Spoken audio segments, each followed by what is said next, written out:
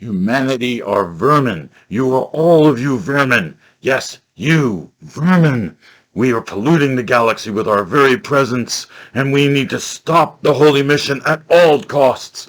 We are the Strifers, and we will not take no for an answer. We will hurt you, we will sabotage your systems, and we will triumph. The Strifer way is the only way for the galaxy to survive the expression and the presence of humanity itself. Welcome to David Galata, Book Dreamer. And today, this rotation, we're going to be talking about the Strifers. Who are the Strifers? Where do they come from? Why do they hate the holy mission? Why are they constantly sabotaging the systems of Ganges? These are the questions that I'm going to be answering today. So, give me a moment because, it's really difficult to breathe under this mask, but nope, I'm gonna change. Give me a quick moment.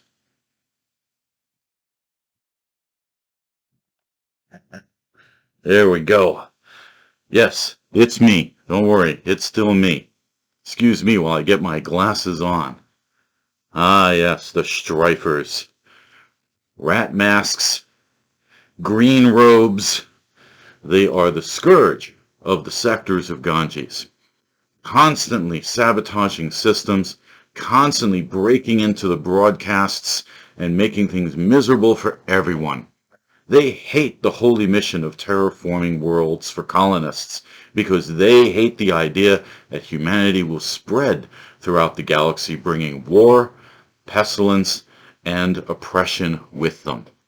The Strifers are very, very much into keeping humanity where it is and not allowing humanity to expand throughout an unsuspecting galaxy. Strifers are the main problem aboard Ganges. In Crew of Ganges, Veil of Strife specifically, they're very much heavily featured in the second book of the Crucible Spirals Trilogy, and they're also a major part of painful medicine. The Strifers. The Strifer movement began thousands of spirals before Crew of Ganges begins, and that is something that has its own tail attached. They have a manifesto, the Strifer Manifesto, where they put in addendums to their philosophies and how they go about their business. Strifers very much believe in the manifesto. It is their main reason to exist. Way back when Ganges was trying to work on a new planet, Planet 15. They don't name the planets. Why should they? They're not going to live there. The colonists will name the planet, so they leave it unnamed. Planet 15, they found non-sentient and thus non-technological life forms on the surface, and they didn't even recognize them at first. They thought of them as strange crystal growths all over the surface. No. They started moving around. So they found life. Primitive life, yes, but life. There was a debate. There was a major debate as to whether or not they should go ahead with the holy mission anyway. And, well, it went that they left it alone. They put up a beacon saying, hey, look, let's leave this world alone, leave the system alone. There is life here. We're not going to destroy it for making a colony. We'll just move on to the next planet. And so Planet 15 was left blank. It was left the way it was. There were people who protested. Not that they didn't work on the holy mission. They protested that there had to be a debate about it at all. They were shocked and appalled that anyone would even consider destroying a world's ecosystem just to create a colony for humanity. That was seen as unconscionable. That was seen as unfair. It was seen as just being unintellectual. This was not good. This was not good. It was immoral. And so protests began at the Judiciary Council's headquarters, at the agro sector headquarters. There were protests and sit-ins at all the main sector headquarters all throughout Ganges for spirals, or years. We would say years. They say spirals because they're not on a planet. So these people started getting picked on. They got picked on by their superiors at post.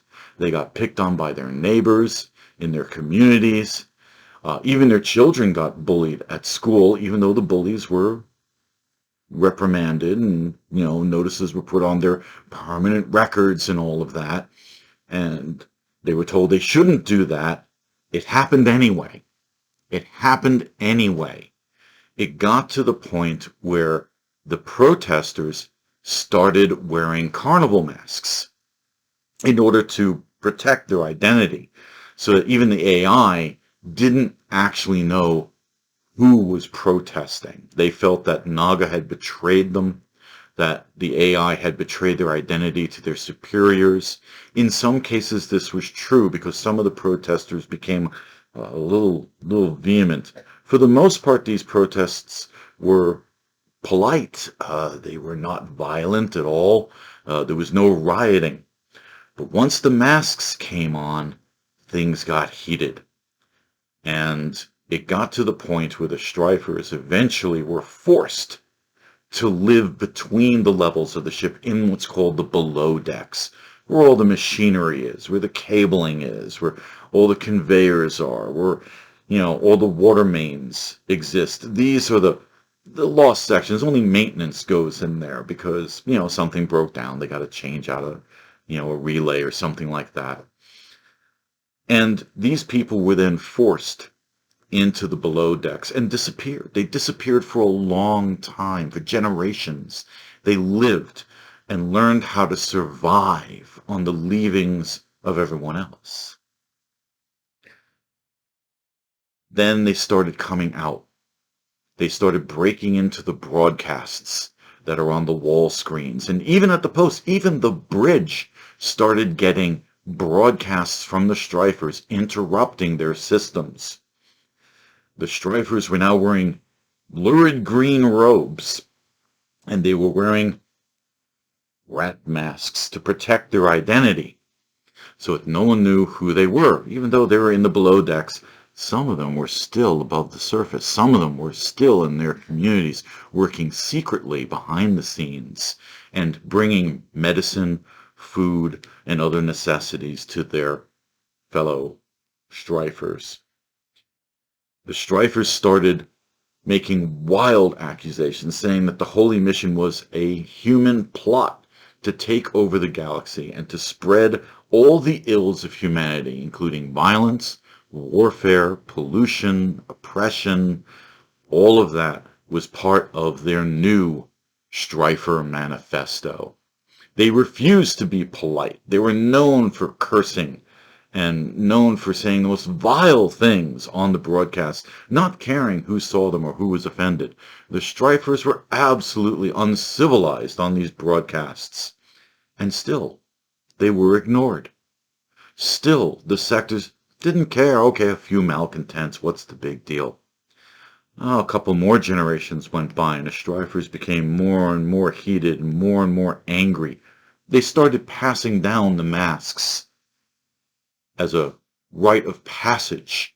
Sometimes, if someone joined them, whose family line was never part of the Strifers, they would get the oldest of masks, the smelliest, the nastiest, and basically have them stapled to their face.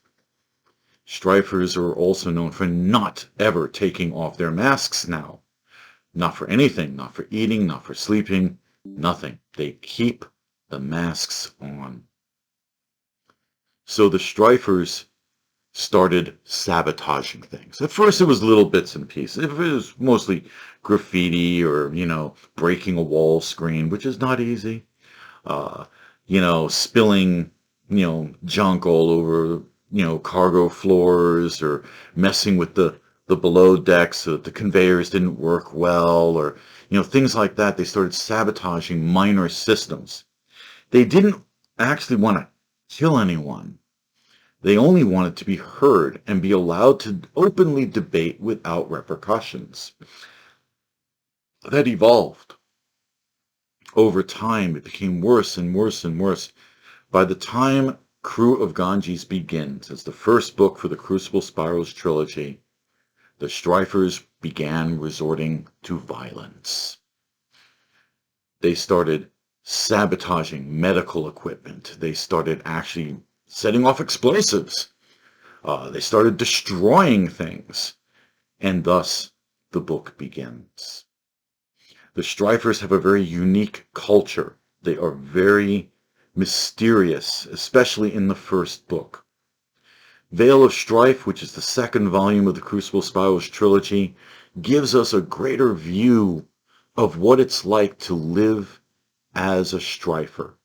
There are Strifer main characters that run through the book, and Strifers become a major feature in Painful Medicine, which is the last book of the trilogy. All of these Strifers have a bone to pick with how humanity not only treats its own, but how humanity treats everyone else. Their origins were actually part of what they called the eco-galactic movement. The Galactic Eco Movement, GEM for short. They didn't really like the name of their group and kept going back and forth. But their basis was that humanity was a plague, that humanity was a pollutant that was beginning to threaten the galaxy. Even though they didn't actually have physical proof of this, just the idea that there would be colonies coming up filled with human beings who were not necessarily trained to be civilized crew was shocking and alarming to the Strifers. And they didn't want to see it continue. They wanted the holy mission, the terraforming mission of Ganges, to stop. They wanted Ganges to turn around and return back to the Sol system and hopefully wreck everything along the way to make sure humanity could not spread any further. This was the mission of the Galactic Ecological Movement in its later spirals, just before they became the Strifers. The Strifers actually took on their name from what the news broadcast called them. They started calling, oh, these Strifer crew, they're not really crew. They're just a bunch of, they just want to lead a life of strife. They're a bunch of Strifers. The Strifers adopted the name. They are the Strifers. Yes, they are. Yes, they are. Absolutely. And they're going to bring strife right to you. Yes, they are. They're going to put it right in your face. That's their goal, is to make sure that no one can ever silence them again. Now, the Strifers sound pretty extreme, but would it surprise you to know that there were factions? Oh, there were the passive-aggressives and the aggressive proactives. These two factions constantly debated over what was the best method of getting through to the crew. And I think their names pretty much say it all, what their actions were. The passive aggressives were more towards peaceful protest, although peaceful, a lot of food flying around. That's an old Strifer tradition, is throwing food at people you don't like. And then the aggressive proactives were, they were the ones responsible for blowing things up. They had had enough. Enough was enough. And where were they getting all this stuff from? Well, they were stealing some of it from the below decks. They were stealing it from old cargo spaces people had forgotten about. Remember, Ganges is huge. It's over 500 kilometers long and 20 kilometers in width. That's a lot of room to hide stuff. No matter what the sectors did, they couldn't find these people. It's like a needle in a haystack, but the haystack is monstrously huge, and the Strifers became very good at living in spaces that were considered uninhabitable. So they were able to avoid the sectors while they struck at them with ambush tactics, with guerrilla tactics. These are the Strifers. Now, just as a personal note, I know the last couple of my recordings have had sound issues. I finally discovered what the issue was, and it was not the program or my signal or anything like that. It was the microphone itself. The microphone died. I'm hoping this one is sounding a lot better. I had to remove that last one because it was terrible. So now we have this one, and I hope that this sounds and looks good for you all. And I'll get back to the topic, which was a bit of an autobiography about myself, just so, some people have been, wondering, so where are you from? What did you do? Da, da, da. Why'd you start writing so late in life? Okay, valid questions all. So I'm very happy to provide those answers, and I'll be doing that next week. I even have a note for myself here, so I won't forget. So I hope you have enjoyed this installment of David Galata Book Dreamer, and until next week, watch out for them strifers. You never know where they might crop up next.